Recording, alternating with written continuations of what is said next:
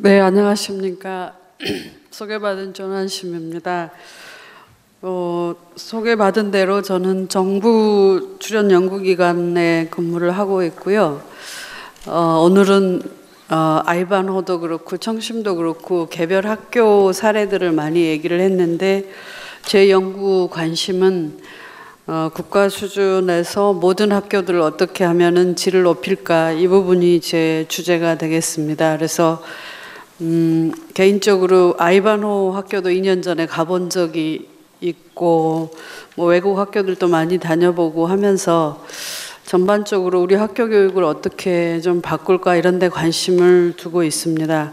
근데 오늘 그 첫 발표부터 기조강연부터 열심히 공부를 했는데요. 좋은 시사점을 많이 얻었고 이런 좋은 그 자리를 마련한 청심학원에 감사하다는 생각이 듭니다. 그러면 시간이 많지 않기 때문에 저는 좀 우리 학교 교육에서 이 글로벌 교육 그리고 창의성 교육 부분을 어떻게 전개시켜 왔고 지금 어떤 노력들을 하고 있는지와 연계지어서 말씀을 좀 드리겠습니다. 사실은 이런 큰 정책 방향에서 글로벌 교육 이런 아이디어가 논의가 되기 시작한 것은 비교적 오래됐습니다. 1995년에 대통령 자문교육개혁위원회에서 세계화, 국제화를 주제로 열린 교육 체제를 만들어가자 하면서 당시에 교육 관계자들이, 저는 주로 이제 학교 교육과정 분야를 집중적으로 연구한 사람인데요. 그때부터 제일 고민을 많이 했던 주제가 글로벌 컴피턴시를 우리 학생들한테 어떻게 높여줄 건가, 이런 고민을 많이 했었습니다. 그래서 이런 아이디어를 반영해서 1997년에 고시된 제7차 교육과정 때부터 ICT라든지 외국어 교육 강화라든지 그리고 아까 유네스코에서 발표를 했던 글로벌 이슈들, ESD도 그렇고 평화교육도 그렇고 이런 것 등등이 학교 교육과정으로 스며들기 시작을 했습니다. 그와 동시에 우리 학교 교육에서는 이 글로벌 교육이 강조되면서 또 한편으로는 당시에 중국의 동북공정이라든지 일본의 역사 왜곡 이런 문제들이 들어오면서 거의 동시에 우리 역사에 대한 강조도 있었습니다. 그래서 이제 학교 교육 과정에서 이 두 가지가 이제 밸런스를 이룰 수 있도록 노력을 해왔고요. 이제 이런 흐름이 2007년 개정 교육 과정에서 일부 수정이 됐고, 최근에 아마 많이 언론 등을 통해서 들으셨을 텐데요. 2009년 12월에 2009 교육과정이라고 그래서 대대적으로 총론을 개정을 합니다. 이때 이제 총론 개정을 하면서 우리 학교 교육 과정의 운영의 틀을 좀 바꾸려는 노력을 하고, 그렇게 바꾸려고 했던 목표가 무엇인가 하냐면 바로 글로벌 창의 인재를 어떻게 길러낼 건가, 그것도 우리 학교 교육을 통해서 어떻게 교육과정을 운영하면은 오늘의 주제인 글로벌 창의 인재를 길러낼 건가, 이런 고민을 담았던 것이 2009 개정 교육과정이고, 지금 2011년부터 각급 학교에서 적용되기 시작을 했습니다. 그래서 이런 취지에서 봤을 때 청심 학교의 노력이라든지 그리고 아까 라운드 스퀘어에서 구체적인 학교들이 보여주는 다양한 시도들, 이런 것들은 주는 시사점이 굉장히 많다고 생각을 합니다.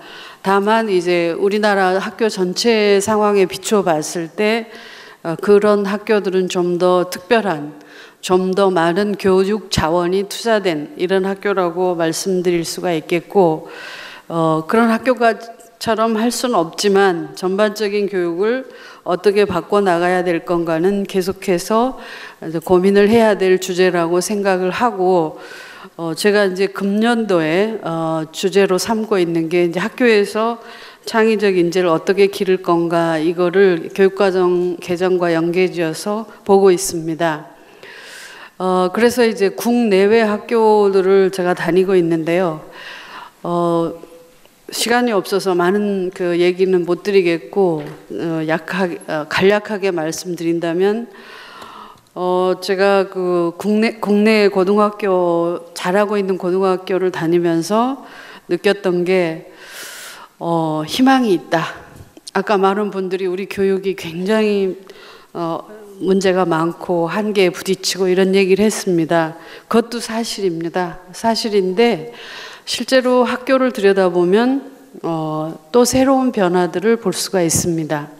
예를 들면은 제가 봤던 서울의 한 고등학교에는 아이들의 이제 영어 수업 같은 걸 보면은 영어 의사소통 능력이 우리 때와는 비교도 안 되게 향상이 되어 있습니다. 참 많이 변화가 돼 있죠.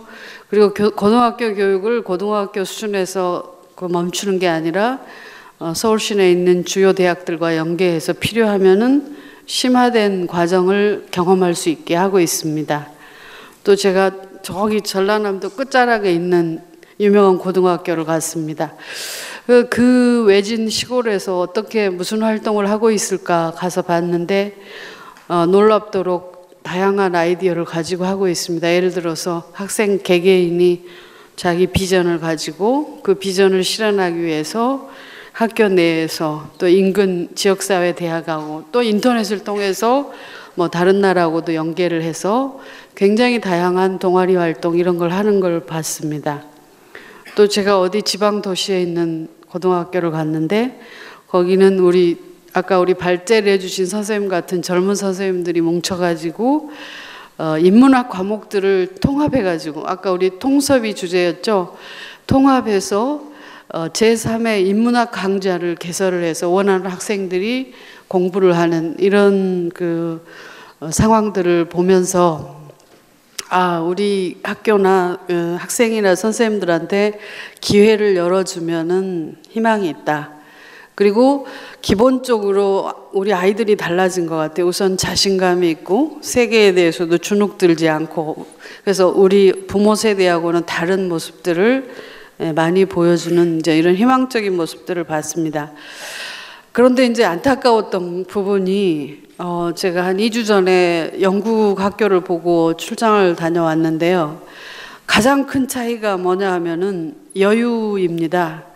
그 영국 아이들은 고등학교 3학년인데도 자기 개인 연구 논문 하나 완성해서 대학 갈 수 있습니다.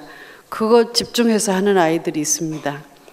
또 학교 바깥에 예술가들이 학교로 들어와가지고 아이들하고 팀을 이뤄서 공동 작업을 하고 그 작업이 과목의 이수 학점도 인정이 되고 그 학생의 개인 포트폴리오도 되고 하는 이런 학습을 하면서 아이들이 여유 있게 공부를 하고 자기 꿈을 펼칩니다. 반면에 이제 우리 아이들은 다양하게 열심히 하고 있는데 밤 10시까지 학교에 붙들려 있었습니다. 그래서 제가 교장 선생님한테 여쭤봤습니다. 꼭 아이들을 10시까지 붙들어 놔야 되겠습니까?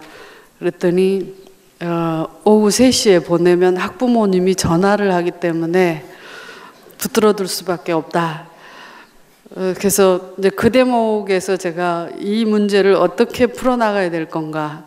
쉽게 말해서 글로벌 에듀케이션도 좋고 창의성 교육도 좋고 또 우리 교사나 학생들이 그런 거를 수용해낼 만한 능력과 이런 토양은 저는 돼 있다고 봅니다. 그렇다면은 그런 것들을 이렇게 꽃피울 수 있게 하는 제도적인 틀들을 어떻게 바꿔줄 건가. 우리 평가원에서 하고 있는 수능에 많은 원망을 듣고 있습니다. 근데 뭐 수능 시험도 그렇고 학교 내신 평가도 그렇고 대학 입학 전형도 영국에서는 옥스퍼드, 케임브리지를 빼면 나머지 대학들은 개인 논문만 가지고도 진학이 가능하다고 그래요.